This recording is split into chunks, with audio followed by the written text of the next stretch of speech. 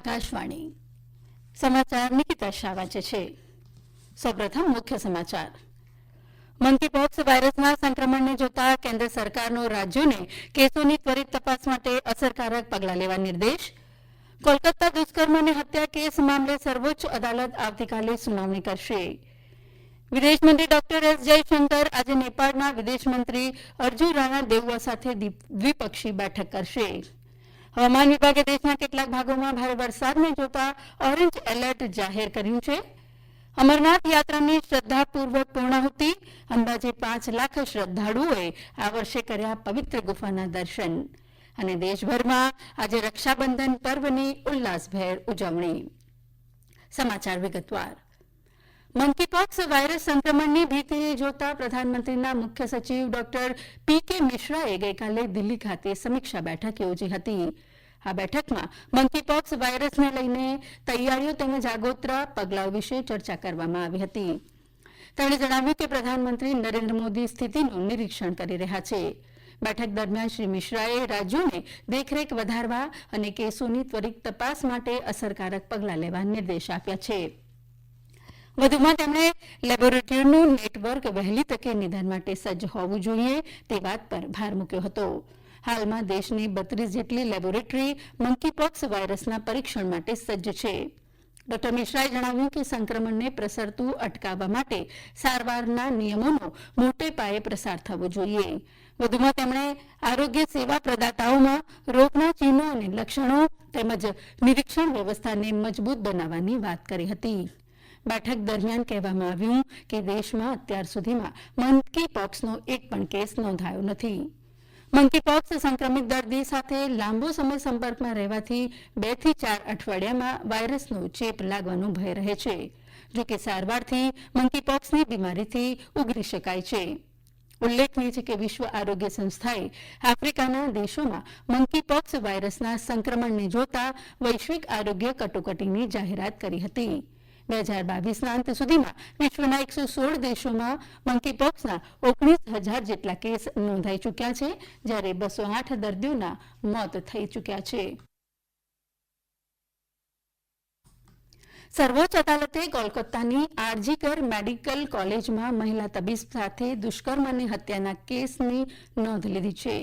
સર્વોચ્ચ અદાલતના મુખ્ય ન્યાયમૂર્તિ ડીવાય ચંદ્રચૂડ, ન્યાયાધીશ જે.બી. પારડીવાલા અને ન્યાયાધીશ મનોજ મિશ્રા આવતીકાલે આ કેસની સુનાવણી કરશે.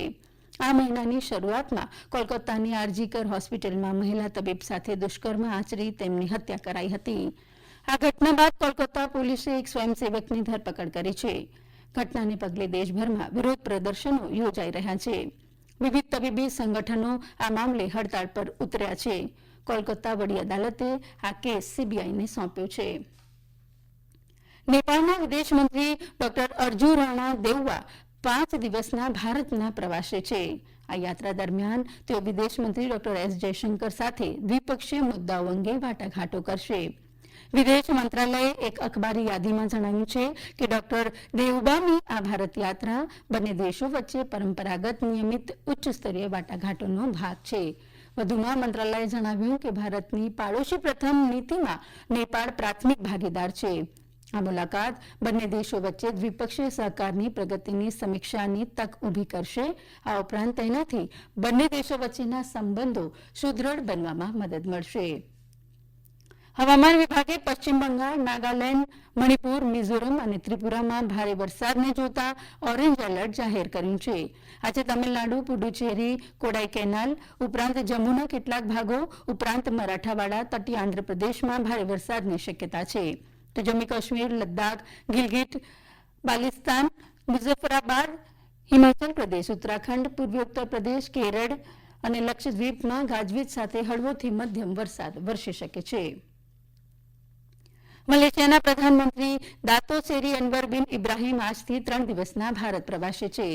આ તેમની પ્રથમ ભારત મુલાકાત છે. તેઓ પ્રધાનમંત્રી નરેન્દ્ર મોદી અને વિદેશમંત્રી ડોક્ટર એસ જયશંકર સાથે મુલાકાત કરશે. કેન્દ્રીય વિદેશ મંત્રાલયે એક નિવેદનમાં જણાવ્યું કે 2015માં પ્રધાનમંત્રી નરેન્દ્ર મોદીના મલેશિયા પ્રવાસથી બંને દેશો વચ્ચેના દ્વિપક્ષીય સંબંધોને વ્યૂહાત્મક દ્રષ્ટિએ નવી ઊંચાઈઓ મળી હતી. મલેશિયાના પ્રધાનમંત્રી અનવર ઇબ્રાહીમની મુલાકાતથી ભવિષ્ય માટે બહુક્ષેત્રીય સહકારના પરિપ્રેક્ષ્યમાં ભારત મલેશિયા વચ્ચેના સંબંધોને વધુ મજબૂત બનાવવાનો માર્ગ મોકળો બનશે. આ સમાચાર આપ આકાશવાણી પરથી સાંભળી રહ્યા છો. આ સમાચાર આપ અમારી YouTube channel AIR news Gujarat પર પણ સાંભળી શકશો. વધુ સમાચાર માટે આપ અમારા ટ્વિટર હેન્ડલ AIR_news_ABAD ને ફોલો કરી શકો છો. અમરનાથ યાત્રાની આજે સવારે આસ્થાભેર પૂર્ણાહુતિ થઈ છે. જમ્મુ ખાતે આકાશવાણી સંવાદદાતા સુનિલ કૌલ જણાવે છે કે ભગવાન શિવની પવિત્ર ગદા કે જેને છડી મુબારક કહેવામાં આવે છે તે આજે વહેલી સવારે દક્ષિણ કાશ્મીર હિમાલયમાં અમરનાથ ગુફામાં પહોંચી અને 43 દિવસની અમરનાથજી યાત્રાનો ઔપચારિક અંત આવ્યો. 29 વર્ષો પૂર્વે અમરનાથ યાત્રાનો પ્રારંભ થયો હતો. ઘણા વર્ષો બાદ આ વર્ષે આટલી મોટી સંખ્યામાં શ્રદ્ધાળુઓએ અમરનાથ ગુફાના દર્શન કર્યા છે. સત્તાવાર આંકડાઓ પ્રમાણે આ વર્ષે અંદાજે 5 લાખથી વધુ શ્રદ્ધાળુઓએ પવિત્ર ગુફા મંદિરની મુલાકાત લીધી અને ભગવાન શિવ સમક્ષ પોતાની આસ્થા પ્રગટ કરી છે. આજે નાળિયેરી પૂર્ણિમાએ સમગ્ર દેશમાં રક્ષાબંધનનો તહેવાર ઉજવાઈ રહ્યો છે. રાષ્ટ્રપતિ દ્રૌપદી મુર્મુએ દેશના નાગરિકોને રક્ષાબંધનની શુભેચ્છાઓ પાઠવી છે. એક સોશિયલ મીડિયા પોસ્ટમાં રાષ્ટ્રપતિએ લખ્યું કે રક્ષાબંધન એ ભાઈ અને બહેન વચ્ચેના અનોખા સંબંધોની ઉજવણીનો તહેવાર છે જે પરસ્પર પ્રેમ અને વિશ્વાસને મજબૂત બનાવે છે. રાષ્ટ્રપતિએ કહ્યું કે આ તહેવાર ધાર્મિક અને સાંસ્કૃતિક મર્યાદાથી આગળ વધીને દેશની વિવિધતાઓમાં એકતાનું પ્રતીક છે. તેમણે કહ્યું કે આ તહેવાર મહિલાઓના અધિકારોનું રક્ષણ કરવાના સંકલ્પને મજબૂત બનાવે છે. ભારતીય ખાદ્ય સુરક્ષા અને પ્રમાણ સંસ્થા FSSAIએ ખાદ્ય પદાર્થોમાં માઇક્રોપ્લાસ્ટિક પ્રદૂષણની વધતી ચિંતાઓને જોતા નવી યોજના શરૂ કરી છે. માઇક્રોપ્લાસ્ટિકના પ્રદૂષણને ઉભરતા જોખમ તરીકે જોતા વિવિધ ખાદ્ય ઉત્પાદનોમાં સૂક્ષ્મ અને નાના પ્લાસ્ટિકના ટુકડાઓને શોધવા વિશ્લેષણાત્મક રીતો વિકસિત કરવા માટે આ યોજનાની શરૂઆત આ વર્ષે માર્ચમાં કરાઈ હતી, જેનો હેતુ યોજનાના મુખ્ય ઉદ્દેશોમાં સૂક્ષ્મ અને નાના પ્લાસ્ટિક વિશ્લેષણ માટે જરૂરી પ્રોટોકોલ વિકસિત કરવું અને વિવિધ પ્રયોગશાળાની તુલના અને ઉપભોક્તા પર માઇક્રોપ્લાસ્ટિકની અસરના સંભવિત આંકડાઓ એકત્રિત કરવાનો છે. કેન્દ્રીય ગૃહમંત્રી અમિત શાહે ભારતીય તટરક્ષક દળના મહાનિદેશક રાકેશ પાલના નિધન પર શોક વ્યક્ત કર્યો છે. એક સોશિયલ મીડિયા પોસ્ટમાં શ્રી શાહે લખ્યું કે તેઓ અનુકરણીય નેતૃત્વ ક્ષમતાઓથી સજ્જ અધિકારી હતા.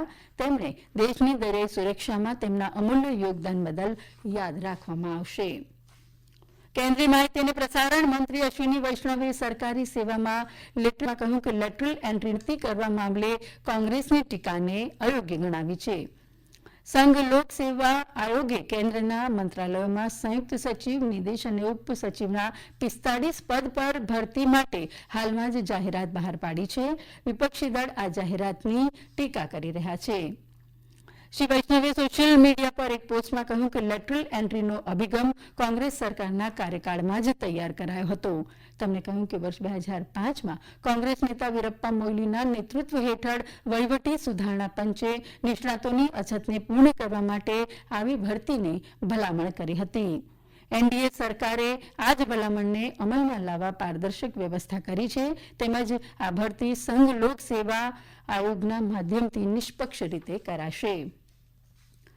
બાંગ્લાદેશની વચગાળાની સરકારના મુખ્ય સલાહકાર મોહમ્મદ યુનુસે કહ્યું કે દેશમાં જરૂરી સુધારા બાદ ટૂંક સમયમાં સ્વતંત્ર, નિષ્પક્ષ અને લોક ભાગીદારીથી ચૂંટણી યોજવામાં આવશે. ઢાકામાં રાજકીય નિષ્ણાતો સાથેની બેઠક બાદ શ્રી મોહમ્મદ યુનુસે કહ્યું કે બાંગ્લાદેશ ચૂંટણી પંચ, ન્યાયપાલિકા, નાગરિક વહીવટીતંત્ર, સુરક્ષા દળો અને મીડિયામાં મહત્વના સુધારાઓ બાદ સ્વતંત્ર, નિષ્પક્ષ ભાગીદારીથી ચૂંટણી કરાવશે. અંતમાં મુખ્ય સમાચાર ફરી એકવાર. મંકીપોક્સ વાયરસના સંક્રમણને જોતા કેન્દ્ર સરકારનો રાજ્યોને કેસોની ત્વરિત તપાસ માટે અસરકારક પગલાં લેવા નિર્દેશ. કોલકાતા દુષ્કર્મ અને હત્યા કેસ મામલે સર્વોચ્ચ અદાલત આવતીકાલે સુનાવણી કરશે. હવામાન વિભાગે દેશના કેટલાક ભાગોમાં ભારે વરસાદને જોતા ઓરેન્જ એલર્ટ જાહેર કર્યું. અમરનાથ યાત્રાની શ્રદ્ધાપૂર્વક પૂર્ણાહુતિ. અંદાજે 5 લાખ શ્રદ્ધાળુઓએ આ વર્ષે કર્યા પવિત્ર ગુફાના દર્શન. અને આજે દેશભરમાં રક્ષાબંધન પર્વની ઉલ્લાસભેર ઉજવણી. આ સાથે આકાશવાણી પરથી સમાચાર પૂરા થયા.